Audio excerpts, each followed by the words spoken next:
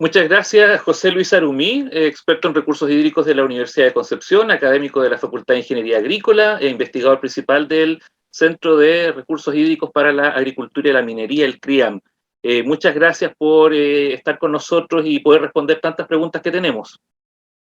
Gracias a ti, Roberto, por la invitación. Sí, porque nosotros todos los años hablamos de la sequía, cuando llueve nos olvidamos un rato, pero ahora es el tema.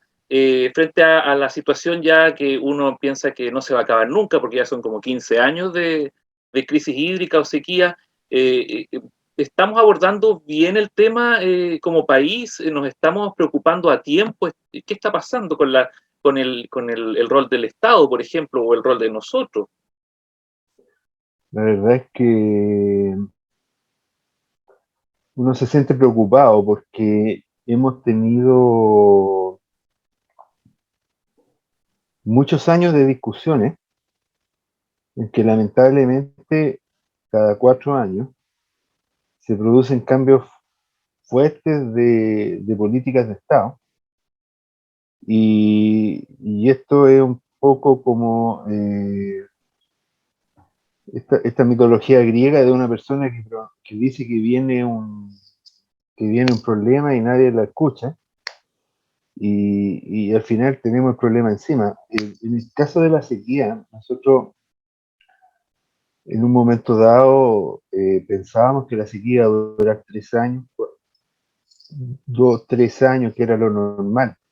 Después se fue prolongando y entonces empezamos a tratar de explicar qué es lo que ocurre. Entonces, primero asociábamos el ciclo de Lenzo, el niño y la niña, venía la sequía de 2 años. Después nos dimos cuenta que existía este periodo decadal, la PDO, que es la oscilación decadal del Pacífico. Entonces dijimos, hay periodos decadales.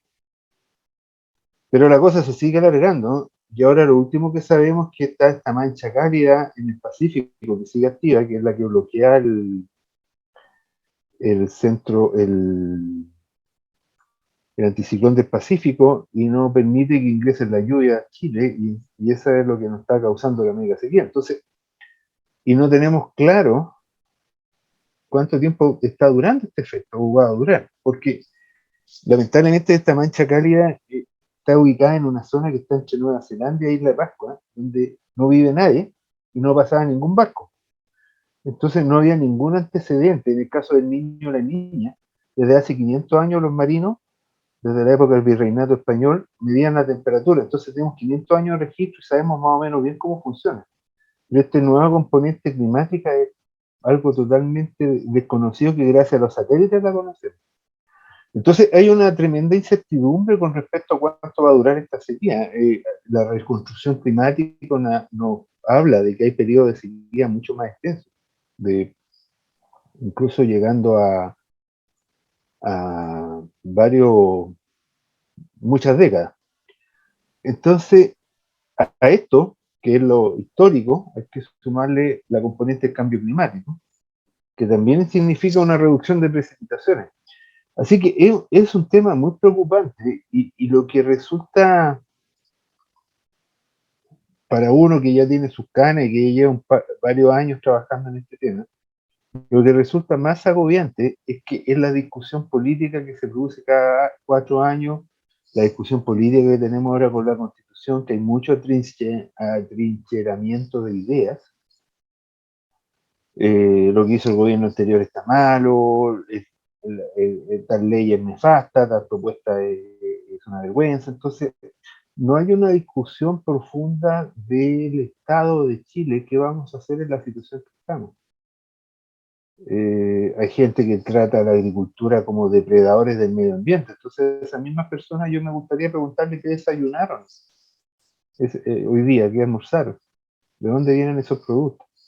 Después, esa misma gente se escandaliza porque no tenemos producción de lentejas en Chile, pero resulta que las lentejas las producen países donde llueve en la época de crecimiento, que no es nuestra condición de clima. Entonces, hay mucho atrincheramiento, hay mucho eslogan, muchas palabras sin profundizar, y eso nos lleva a distraernos y no considerar el problema central, que es cómo vamos a manejar la sequía. Entonces hay gente importante que dice, no, necesitamos más agua, pero después dice, me pongo los envases. Entonces uno dice, bueno. A ver, pero entonces usted me dice, profesor, que este no es el momento para criticar las iniciativas, por ejemplo, los proyectos de embalse, sino que es el momento para proponer. Es el momento de trabajar en soluciones. Llevamos 15 años de sequía. No tenemos claro cuánto va a durar, pueden ser 15 años más. Entonces, ¿no es exagerado cuando se habla del riesgo de racionamiento? No, Porque, para nada. Para nada. Mira, nosotros tenemos ciudades muy grandes. Santiago en este minuto, casi el 50% del agua que se consume en Santiago se va a suministro de agua potable. Entonces Santiago es una ciudad que es vulnerable. Pero más vulnerable todavía es el Gran Valparaíso. El año pasado, para poder abastecer de agua, asegurar el abastecimiento de agua al Gran Valparaíso, se intervino el río Concagua. Hubo una orden de cerrar compuertas. Los agricultores de la Concagua no pudieron regar en un periodo del año para asegurar el llenado del embalse de Aromo. Pero resulta que en Viña del Mar, yo tengo un departamento en Viña, yo nací en Viña, tengo a mi hijo viviendo en Viña, estuve en Viña en el verano, y la gente lavaba autos, regaba jardines sin tener conciencia de lo que había significado el esfuerzo de asegurar el abastecimiento de agua potable. Entonces, ahí viene un tema, o sea, seguimos regando jardines, seguimos lavando autos, entonces no hay de hecho hay cambios, o sea, hay algunas municipalidades que ya están pasando ciertas restricciones al uso al riego, se habla de un impuesto al sobreconsumo de agua, lo cual me parece bien, pero las comunas que están con riesgos de ser racionadas son comunas donde el consumo per cápita es muy alto. Hay comunas que llegan a 600 litros por habitante día en Santiago. Es impresionante. El promedio nacional son 180. Entonces yo creo... Y frente a esa discusión, los agricultores ven con temor, por ejemplo, que se repita el escenario de Aconcagua. Yo lo digo, por ejemplo, en el caso de Ñuble, los agricultores de Ñuble están lejos de llegar a ese escenario? No, afortunadamente en Ñuble nosotros tenemos, Ñuble Biobío, nosotros tenemos ríos importantes y ciudades no tan grandes. Entonces, por ejemplo, en el caso de Chillán, el abastecimiento está asegurado por los pozos. El Bío ha hecho un muy buen trabajo en ese sentido. En el caso de Concepción, bueno, están al lado del Biobío, entonces hay un río enorme que no va a tener ese riesgo nosotros. Pero sí puede haber otro tema, que por ejemplo, temas de los cambios que van a venir con el aseguramiento de los caudales ambientales, otro tipo de demandas sociales, que eso es algo que también se va a producir y que Por se ejemplo, acentúa en la sequía, por supuesto. el tema es que hoy día lo que se está discutiendo no tiene que ver tanto con soluciones, sino que vemos en la agenda, por ejemplo, en los medios de comunicación, que la discusión está centrada en otros aspectos del agua. Por ejemplo, en la Convención Constituyente, en la Convención Constitucional, se discute sobre la desprivatización del agua. Están apuntando al tema de la propiedad. ¿Es esa la solución, profesor? Hay una persona que sabe mucho de agua, que se llama Axel Duroyani. Una persona que yo respeto mucho, estimo mucho. Y yo lo he escuchado varias veces decir que él conoce sistemas privados, sistemas estatales, en que funcionan igual de mal. El tema no es la propiedad del agua, el tema es la gestión del agua.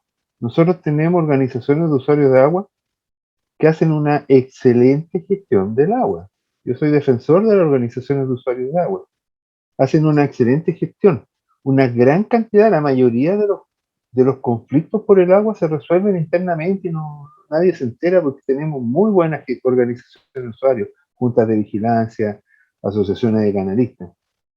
Las sanitarias también hacen una gestión. Nosotros cuando abrimos el agua de la llave, llega esa agua, y yo siempre doy el ejemplo del terremoto del 2010 en Chillán. Oye, nosotros después de un 8,8, nosotros tuvimos agua potable en menos de un día. Pero ¿cómo se logra eso? Con una empresa sanitaria que tenga los respaldos financieros, los respaldos tecnológicos para intervenir en caso de emergencia. Eso no lo puede hacer una empresa pequeña. Entonces, de repente hay discusiones que yo encuentro muy ideológicas. Todos tenemos derecho a tener nuestra ideología, yo también la tengo probablemente, pero yo trato de ser un poco más técnico, decir, mira, ¿sabes qué? Veamos las cosas buenas, cómo funcionan y veamos lo que hay que mejorar, que necesariamente tenemos que mejorar. Tenemos que Precisamente, mejorar. usted Ujú. hace poco, en marzo, me parece que a principios de marzo, integró un grupo de expertos de distintas áreas, pero al final que todos confluyen en el tema agua. Eh, hay académicos, hay emprendedores, hay gente que trabaja en el mundo de la gestión, juntos por el agua.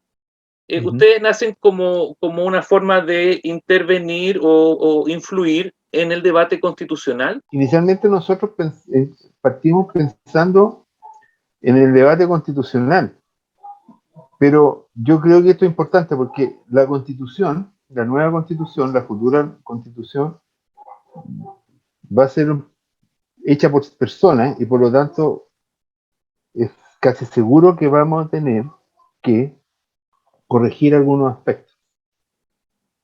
Y yo un poco, bueno, yo en serio siento que los próximos 5 a 10 años van a ser años de mucho trabajo de ajustar normas y corregir errores. Esto no es un trabajo que se va a acabar ahora. Entonces, la labor de Juntos por el Agua, la labor de las sociedades gremiales, de la academia, que yo represento en este minuto también, va a ser apoyar a la generación de bienes públicos, a la generación de discusión, porque se nos viene un periodo interesante de discusión por la nueva constitución, por los ajustes de la ley a la nueva constitución y por las modificaciones y necesarios arreglos que hay que hacer. En en este debate constitucional, yo le planteaba el tema que se ha transformado como en una bandera de lucha para algunos grupos, que es el de la desprivatización. ¿Usted Claro. considera que de partida, yo hace poco me explicaban e insistían en que es un tema al final semántico, porque el agua es del Estado de Chile, todos sabemos, y se entrega en concesión, pero también sabemos que los derechos de aprovechamiento sí son privados. Entonces, al final lo que apuntan es a la desprivatización de estos derechos, a que sea una gestión, una administración del recurso 100% estatal. Y ahí yo le quiero preguntar si eso es el camino, es un camino que puede llevar o puede ser muy complicado para la agricultura y para la actividad económica en general. Es que ¿por qué vamos a echar por la borda más de 1000 años de tradición? O sea, nosotros tenemos, si hay una cosa que tenemos que es exitosa en Chile, es el modelo de gestión de agua por parte de los usuarios de agua. Con regla clara, se mantiene la señal, ¿no? Sí. Sí. Ya, entonces, si nosotros tenemos algo en Chile que ha sido exitoso, es el modelo de la organización de usuarios de agua, que se tiene que basar en reglas claras. Entonces, ¿qué es lo que yo he planteado? Las reglas tienen que ser claras y para eso el Estado tiene el deber de entregar la información y de mejorar las reglas de juego. Te voy a dar un ejemplo. En el caso de Petorca, en el caso de Petorca concretamente, ahí no existe una junta de vigilancia operativa. Por lo tanto, hubo una desprolijidad en cuanto a quienes tomaban los derechos de agua, la Dirección General de Agua, no voy a pronunciarme si lo otorgó bien o no, pero en el caso de Copiapó, se otorgaron derechos de agua que excedían la recarga del acuífero y se generó un drama, un conflicto, un problema, que era la bandera de los conflictos. Pero se constituyó una comunidad de agua subterránea con un potente líder local y el conflicto se ha ido atenuando. Se han llegado a acuerdos, han habido negociaciones. Entonces, cuando se habla de la administración por el Estado, yo creo que la administración tiene que ser local en un acuerdo público-estatal, pero con líderes locales, líderes empoderados. Eso es necesario. El caso de Copiapó es un muy buen ejemplo de una zona donde siguen teniendo problemas, tienen peleas, se agarran de las mechas, pero hay una resolución de la... Ya no es tan dramático el tema porque han tenido una organización con buenos líderes. En Petorca no están los líderes.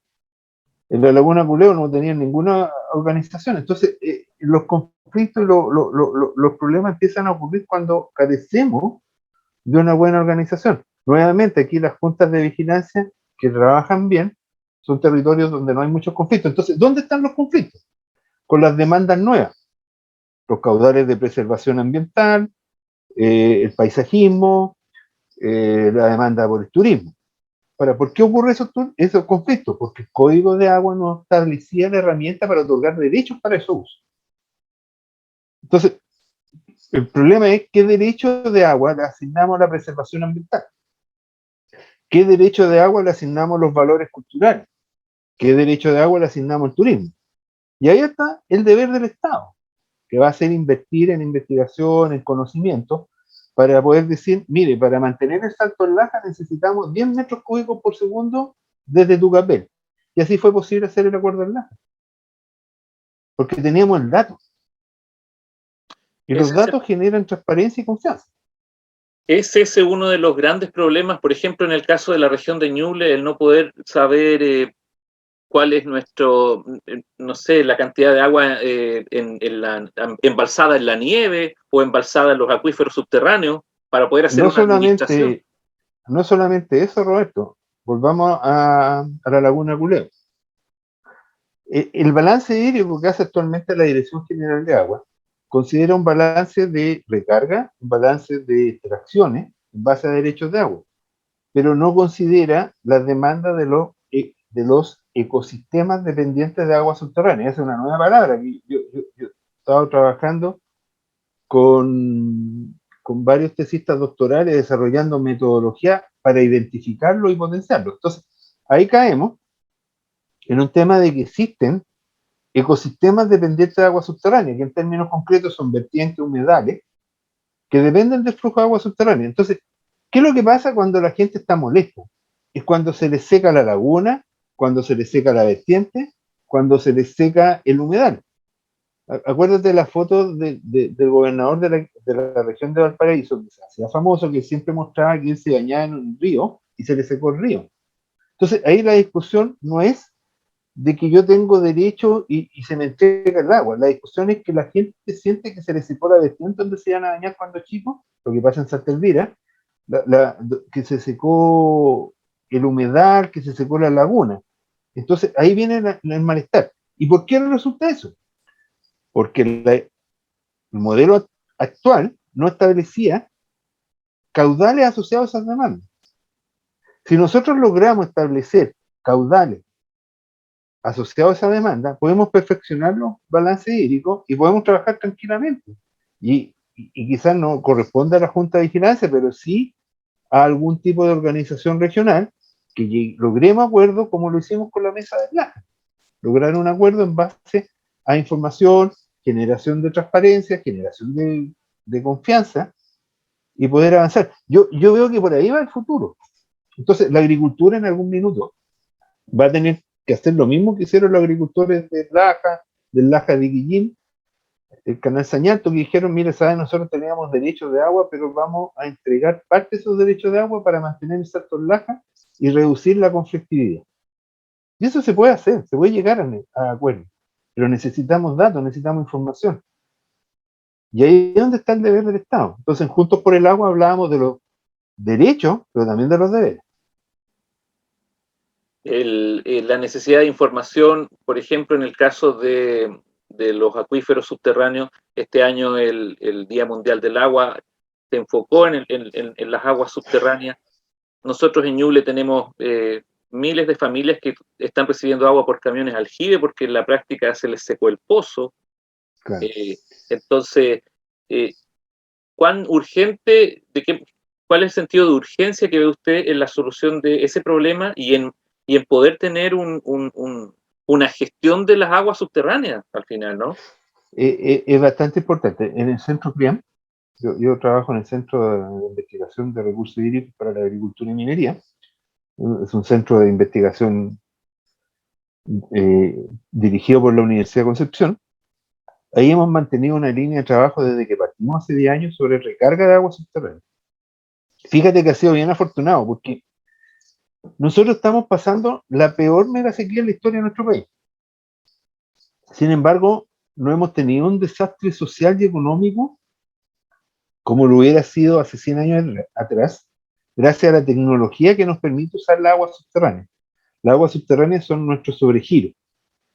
Y hemos logrado sobrevivir como país y crecer económicamente y mantener un estándar de vida gracias al uso masivo de aguas subterráneas. Un ejemplo acá en Chillán. En el verano, más de la mitad, el 60% del agua que consumimos en verano viene de agua subterránea gracias a la construcción de pozos que hizo. Entonces, ¿qué es lo que ocurre? Nos hemos salvado gracias al agua subterránea, pero eso significa que estamos sobreexplotando, que estamos explotando intensivamente el agua subterránea y no conocemos la recarga de estos sistemas.